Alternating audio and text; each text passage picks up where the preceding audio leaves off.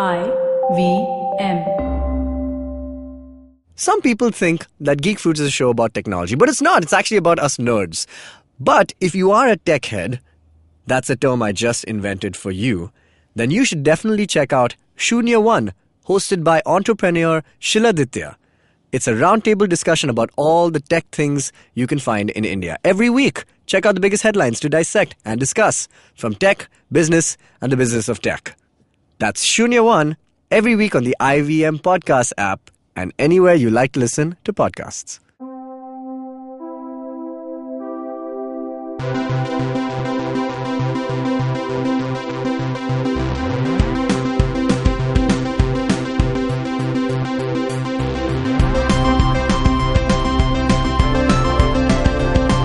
Hello and welcome to the Geek Fruit Bulletin, where we discuss the news and not news that is pervading our very lives. Man, every time you do it, every time a different intro. I really just throw in a couple of random words at the end. It works. I'm always intrigued.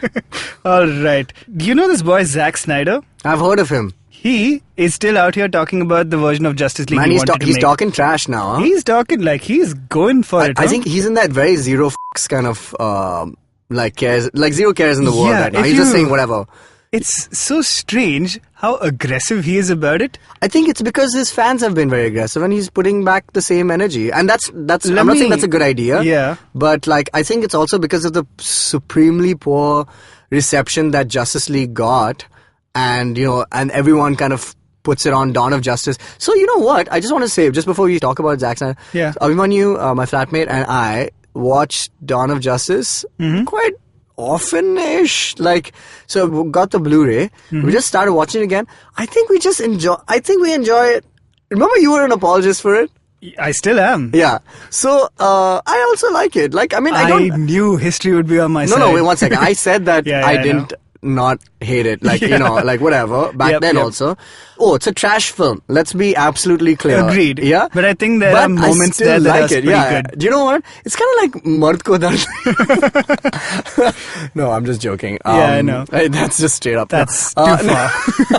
No, but my point is that even though it has a ton of misguided script choices and everything, I still enjoy Batman and stuff in that film. And I think there are moments in that movie that are really just so powerful. That he really swung for it, man. He swung for it, and sometimes he nails it, man. The fight in the rain, awesome, brilliant. I love it. Yeah, literally, I would buy faithful sculptures of that's true, of moments that. Definitely. What is he saying these days? What trash is he I'm going to talking? give you the exact quote because it's worth talking about. There's going to be some bleepings here. Yeah. Someone says to me, Batman killed a guy. I'm like, really? Wake the up, he said. Once you've lost your virginity to this movie and then you come and say to me something about my superhero wouldn't do that, I'm like, are you serious? I'm like, down the road on that, he said, on a video which was shared on Reddit. He further added, it's a cool point of view to be like, my heroes are still innocent, my heroes didn't lie to America, my heroes didn't embezzle money from their corporations, my heroes didn't commit any atrocities. That's cool. But you're living in a dream world. Okay, now, I have some responses to this. Yeah. One is, I am okay with the idea that Batman... I don't want Batman to kill people, okay? I think it goes against a lot of things that his original characters... And he's evolved over the years, and so is America, and things like that, and so he's evolved the character. I think Batman is killed in previous films, that's fine. In the Marvel Cinematic Universe, they don't bat an eyelid, when they're, off 100 different characters, it's fine. They do, kind of. Iron Man kills everybody, Captain America kills everyone, man. But that's what the Civil War thing is about, no? No, Civil War is about... Where Alfred Woodard confronts him and goes like, this is my kid, didn't you kill him? There are repercussions. Repercussions to it? No, but that's because... Oh wait, that's not a Civil War, sorry, that's Ultron. The Alfred Woodard scene. Right? Yeah. And even Civil War is about real life repercussions. No, Civil War is Alfred Woodard. Are you sure? Yeah. No, man. Yes, it's after his speech and he goes to the elevator. Correct, wasn't that in Ultron? No. Ultron is why Civil War happens, right? Because of Sokovia. Isn't Sokovia it that killed... Alfred shows him the picture of her kid and he goes like, we need to protect people. Charlie Spencer, her son, died in Sokovia. You're probably right. They're all melded together in my mind now. Okay. So, no, but Civil War is about accountability. It's not about whether we should kill the villains or not. So that's How do we that's a- get into Marvel? Come back to your point so, about Batman. so now my thing about Batman is in the DC universe, Superman, and this is the way they set it up. Man of Steel ends with this really heartbreaking thing where he has to kill Zod because he has no choice, Yeah. and that destroys him, internally, and that's a really People good- hated that as well, by the way. I love that scene because I think that adds a lot of depth to the character, and it He was had great. no choice at that point but to Yeah, snap his it was neck. amazing, Yeah. and it was the kind of real world 21st century kind of thing that you have to kind of think like to. Yeah. So it was great.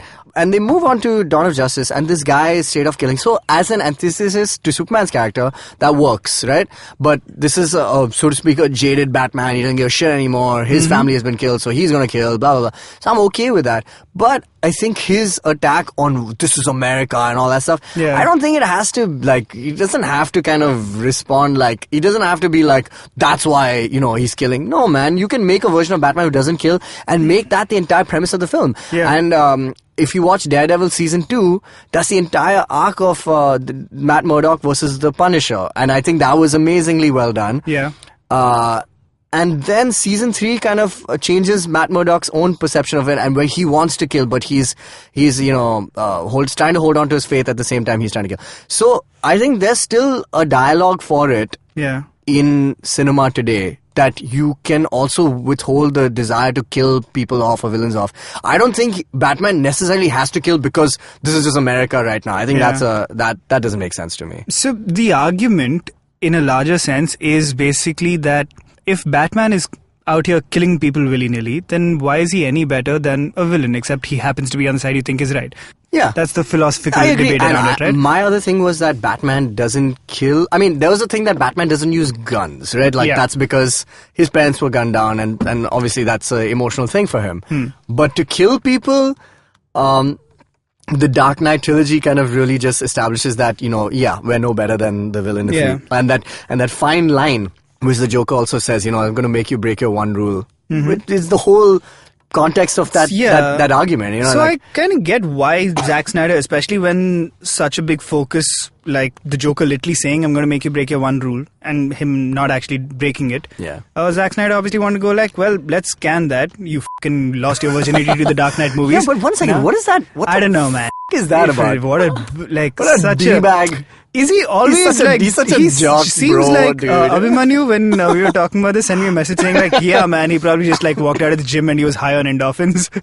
Yeah, it seems like that. Yeah, it seems like that. He wants to be Batman. You know what? For me personally, I don't have the biggest problem with Batman killing people. I think they're superhero movies. There are villains and there are heroes, and let's accept that Batman is the hero and not get into the weeds. I mean, I feel like that's fair, but it's also fair to say Batman's a good guy.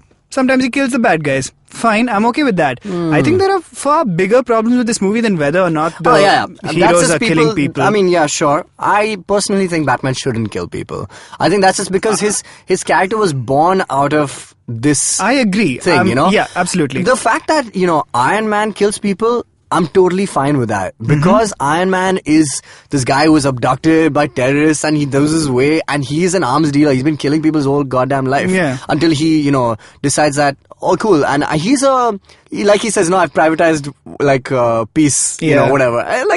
That's an awesome way to look at a character. Yeah. And this guy's been killing Nazis forever, Captain America, Thor, just bloody electrocutes whoever he goddamn pleases. So everyone is cool with it and it makes sense there. This guy, I don't know why, I just feel like his whole, Bruce Wayne is f***ed up in the head, right? Yeah. He's not a normal guy. And I think the only thing that keeps him away from the darkness is the fact that he's got Alfred and people saying don't become one of them, because if you do, we cannot afford to lose you to the bad guys because you are the smartest guy, and that's just basically it. Yeah. And there have been many Elseworlds issues or arcs where he's become like this crazed guy and stuff, and we've seen that that's not the path that he should be on. Yeah. At least Bruce Wayne shouldn't be on that path. In fact, there's the whole thing about Talia and him having a kid, and his kid wants to kill people, and he's kind of holding him back. Yeah. There's a whole thing in the comics and everything like that. So I always felt like Batman should be the one to not do that. Absolutely. Yeah. So I don't debate that at all. I don't think as a character he should be killing people, but I don't think that is what Zack Snyder should be obsessed about. The fact that people, He's a couple of people complain. He's just obsessed. Yeah, like, shut up, man. You made some pretty weak-ass movies, so maybe deal with that. But, I mean, like... Why don't you, like... Yeah, Justice League was piss poor. So this has come about, like, another thing he was defending was... Like, really, that's the movie he needs to, like, fight for. Because exactly. Dawn of Justice, I mean, yeah, it's a fucking travesty. But, like... But it has its moments. Yeah, it's got Justice League just sounds... And Man of Steel is a great film. I mean, like, compared to the rest of them, it's a very Oscar award film. It's a masterpiece as far as I'm concerned. No, that's man. Suicide Squad.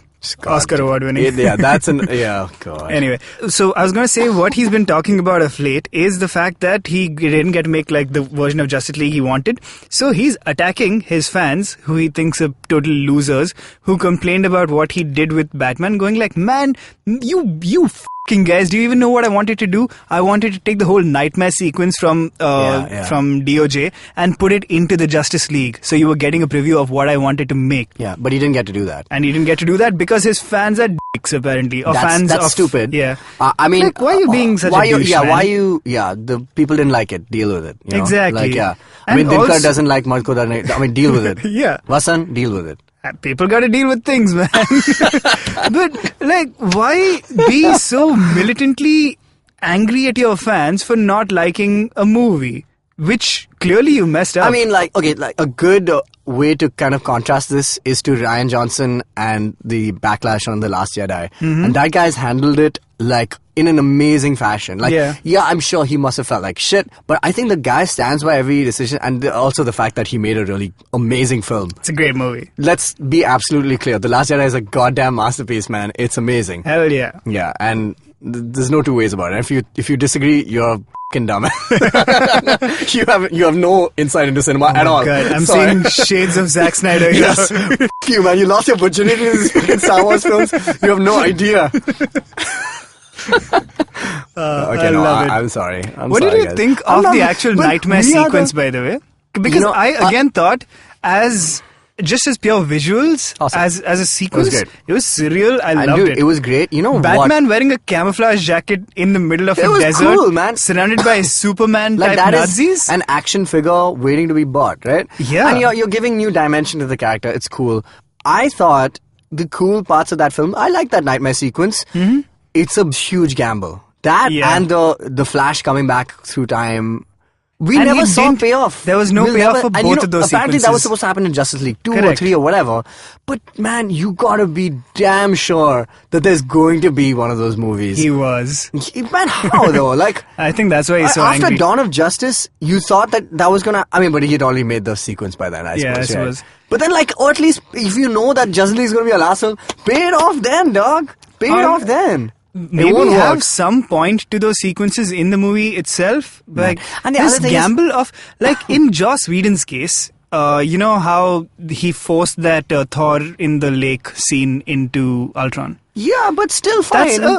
It's fine. Like, it's an okay sequence by itself. It doesn't really make a lot of sense until much later. But you know what? It did MCU. the purpose that everybody wanted, like, to establish the Infinity Stones, like, have it being said on screen for the first time. But there, it's Marvel as a studio going, like, we have a big game plan of, like, 5 more movies, so you better do this, Joss. Exactly. Joss like, no, let me make the movie I want to make right now. Correct. Here is the opposite. Zack is like, I want to think, like, 2028, I'm going to release this movie when, like, when my Ben fans... Affleck is not even, like, interested. What? Just make your movie, man. Yeah, and the other, and I disagree though sometimes that, whether you can have that kind of level of stakes only one movie in. Man, Spider-Verse has taught me that it can make you feel like I've seen 3-4 films with these characters. Yeah. And now I'm getting that, like, I keep bringing this up, with that moment where, in Spider-Verse, where Peter Parker is saying goodbye to Miles to, like, have him deal with this whole situation on his own, makes me feel like I've watched, like, the end of a saga, like, and I'm just like, this is the moment we've been waiting for. Movie. In one movie, man. Like, how do you do that? Like, how do you make me feel that? It's insane. I agree completely. And I'm saying that maybe there was a way for him to... Yeah, I think Spider-Verse execute nailed Flashpoint. What maybe the goal of this was, which is to make one movie feel like a universe, right? Yeah. Spider-Verse is that. Admittedly, they had easier characters to establish. Like Spider-Ham, you don't need more than a couple of sentences to kind of say that this guy's just a goofy character. Yeah. But man, even with Penny Parker, okay, what do we know about her, man? Her father gave her this has a connection with that spider, and her father built this robot for her. But even when that, SPDR is dying out and stuff towards the end, you're just like, you felt it. Like, how do you do that? Like, in mere minutes, man. Like, and you have done a 2.5-hour film called Dawn of Justice, established everybody, or whatever, 2-3, and you couldn't pay that off? Yeah. So you know what, Zack Snyder, I get that you're angry and stuff, and he's had a tough few years. His daughter, passed away. So many things. So I get that he's in this really angsty state and his life is not going out there. But man, just leave it, man. Let it go, dog. Let it go. Yeah, let it go. Let it go, dog. Let's make new movies. All right. This has been the Geek Food Bulletin.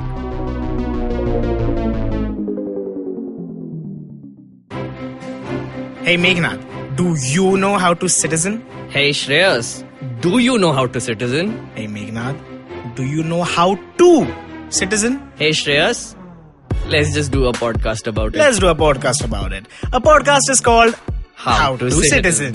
In every episode, we get a new guest and discuss one chapter from the 8th grade civics textbook. Think about it as 3 friends revising before a test, and we go back to school. There's nostalgia, there's trauma, there are lunch breaks, there are favorite teachers, there are horrible teachers, there's everything. So every Tuesday, we bring in a guest on the podcast and we ask them a very simple question.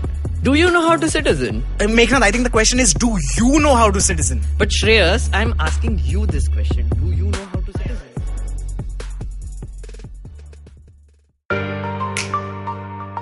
Family businesses get a bad rap. At one time, they were looked down on for getting rich, for being too ambitious. Today, they're still looked down on, but for not being ambitious enough. Not agile enough, not modern enough, too traditional in their mindset. The biggest brands and business houses in the country started out as humble family businesses. It's the way India has done business. Join Sonu Bhasin in conversation with stalwarts of Indian family businesses on the Inheritors podcast series by Bloomberg Quint. Discuss the highs and lows, the needs and pressure points of building a business legacy that spans generations.